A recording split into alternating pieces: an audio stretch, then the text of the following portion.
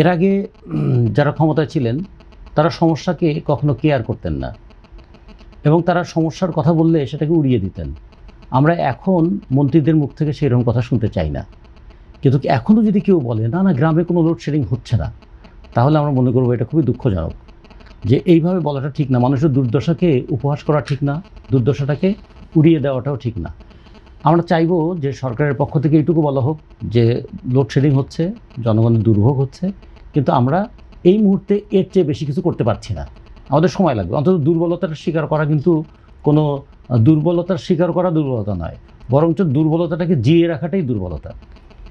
দ্বিতীয়ত, এই জায়গায় বিএনপির অবস্থানটা কি? এই জায়গায় এখনো পর্যন্ত বিএনপির বিদ্যুতের সঙ্গে যুক্ত যে মন্ত্রী আছেন তার কথাটা আমাদের কাছে ভালো লাগে নাই।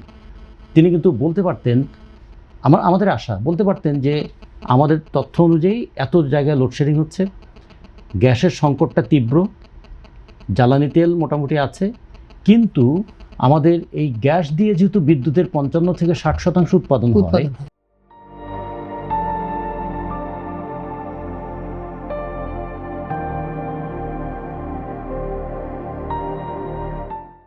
গ্যাসের এই ক্রাইসিস হলে আমাদের বিদ্যুতের একটা বিরাট অংশ উৎপাদন কমে যাবে। তখন কি করতে হয়? তখন তো একটা লোড, সেটাকে ডিস্ট্রিবিউট করতে হয়। আমরা যেটা লোড শেডিং বলি, তার আবার লোড ডিস্ট্রিবিউট করা। কারণ বাংলাদেশে যদি 14,000-15,000 মেগাওয়াট বিদ্যুৎ প্রতিদিন কনজামশন হয়, উৎপাদন হয়, আমাদের প্রজেক্টেড ক্যাপাসিটি প্রায় 29,000 মেগাওয়াট।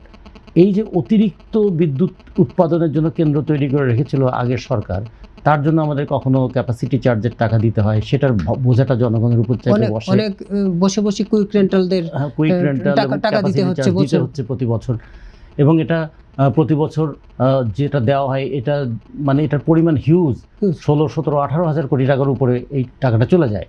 তো এই টাকাটা পুরোটা তো বিল আকারে আবার জনগণের কাঁধের উপর আসে, সেটাগুলো এক। 2 নম্বর হচ্ছে যে আমাদের বিদ্যুৎটা, আমরা যেহেতু বিদ্যুৎ ছাড়া দেশের অর্থনীতি ভাবাই যায় না এখন, এমনকি আমরা যে মোবাইলটা ব্যবহার করছি, এই মোবাইল তো বিদ্যুৎ ছাড়া কাজ করবে না, অসহায় একেবারে। ফলে আমাদের এমন কোনো জিনিস নাই যা বিদ্যুতের সঙ্গে যুক্ত নয়। সেই বিদ্যুৎ নিজের দেশে উৎপাদন সক্ষমতাটা তৈরি করা খুবই গুরুত্বপূর্ণ। কিন্তু বিদ্যুৎ তো শুধু বিদ্যুৎ কেন্দ্র দিয়ে হয় না, তার একটা তো জ্বালানিও লাগবে, সেক্ষেত্রে কয়লা লাগবে, গ্যাস লাগবে, ফার্নেস অয়েল লাগবে। আমাদের হাইড্রো পাওয়ার তৈরি করতে গেলে সেই জলবিদ্যুৎ প্রকল্পের বিষয়টা লাগবে। আমাদের এখানে আমাদের সৌর বিদ্যুতের জায়গাটা কিভাবে আমরা করতে পারি, আর বায়ু বিদ্যুৎ কীভাবে আসতে পারে, জৈব বর্জ্য থেকে কীভাবে আসতে পারে। আমরা দীর্ঘদিন ধরে আমরা কিন্তু তেল গ্যাস বিদ্যুৎ বন্দর কমিটি থেকে বলছিলাম যে বিদ্যুৎকে একটা সমন্বিত ব্যবস্থাপনার মধ্যে নিয়ে আসতে হবে। বিদ্যুৎ যেন কখনো কারো উপর নির্ভরশীল হয়ে না পড়ে। আমরা প্রায় 2900 মেগাওয়াট বিদ্যুৎ ভারত থেকে প্রতিদিন কিনি। এই সমন্বিত ব্যবস্থাপনার কথা বলছিলেন, এটা দীর্ঘদিন যাবতীয় আলোচনা চলছে। এই সমন্বিত ব্যবস্থাপনাটা হওয়ার ক্ষেত্রে আসলে বাধাটা কোথায়, আপনারা কি পর্যবেক্ষণ করছেন? বিদ্যুৎ ব্যবসায়ী মানসিকতা। তারা মনে করছেন যে বিদ্যুৎ কিনবে এবং বিক্রি করবেন। বিদ্যুৎ কিনবেন তারা একদিক থেকে ইন্ডিপেন্ডেন্ট পাওয়ার প্রডিউসিং কোম্পানি বা আইপিপি থেকে, বিক্রি করবেন ও জনগণের কাছে। এবং বিদ্যুতের সেই ভর্তুকির কথা বলেন, আসলে ভর্তুকি বলে তো কিছু নাই, জনগণের ট্যাক্সের টাকাই ওখানে ব্যয় করা হয়। ফলে একদিকে জনগণের ট্যাক্সের টাকা দেওয়া হচ্ছে বিদ্যুৎ ব্যবসায়ীদেরকে, আবার সেইটা দিয়ে সেটার অজুহাতে বিদ্যুতের দাম বাড়িয়ে দেওয়া হচ্ছে। এই যে ডবল ট্যাক্সেশন বা ডবল পেনাল্টি বা 2বার শাস্তি দেওয়ার ব্যবস্থা জনগণকে। একবার তার ট্যাক্সের টাকা, এই ট্যাক্সের টাকা যদি ওখানে না দেওয়া যেত, তাহলে এই ট্যাক্সের টাকা অন্যান্য কাজে ব্যবহার করা হতো। সেই জায়গায় সমন্বিত পরিকল্পনাটার কথা আমরা বারবার বলেছিলাম যে কেন বাংলাদেশের মতন দেশে আমরা সৌর বিদ্যুৎ 2%-এর উপরে উঠলাম না, এটা কেন হয়নি। দ্বিতীয়ত, আমরা কেন আমাদের গত 15 বছরে আমাদের গ্যাস উন্নয়ন, গ্যাস উৎপাদন এ ব্যাপারে প্রয়োজনীয় পদক্ষেপ নেওয়া হলো না। 3 নম্বর, আমরা কেন বিদ্যুতের উপর একটা পার্শ্ববর্তী দেশের উপর এত ডিপেন্ডেন্ট হয়ে থাকলাম।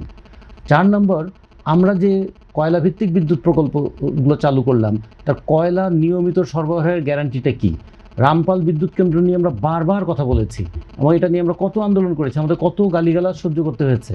এখন আপনারা দেখেছেন প্রতি 2-3 দিন পর পশুর নদীতে 1-2টা করে কয়লাবাহী ট্রলার ডুবে যাচ্ছে। আমরা বলেছিলাম যে 69 কিলোমিটার নদী পথে কয়লা নিয়ে আসা এটা কত বড় বিপজ্জনক, এবং প্রতিবার একটা করে কয়লাবাহী জাহাজ ডুবে, তাতে কি হয়? প্রথমত আমদানি করা কয়লা সেটা নষ্ট হয়ে যায়, দ্বিতীয়ত এটা দিয়ে পানি দূষিত হয়, তৃতীয়ত এর কারণে বিদ্যুৎ উৎপাদনও ব্যাহত হয়।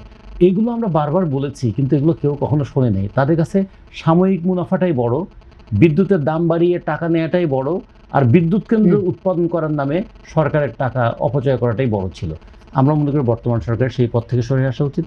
আগামী দিনে কালকেই বিদ্যুৎ সংকট সমাধান হবে এটা আমরা মনে করি না। এটা তো আর না সুইচ টিপলে আলো জ্বলবে, এটা যেমন ঠিক, কিন্তু বিদ্যুৎটা উৎপাদন করতে গেলে তো একটা সময় লাগে।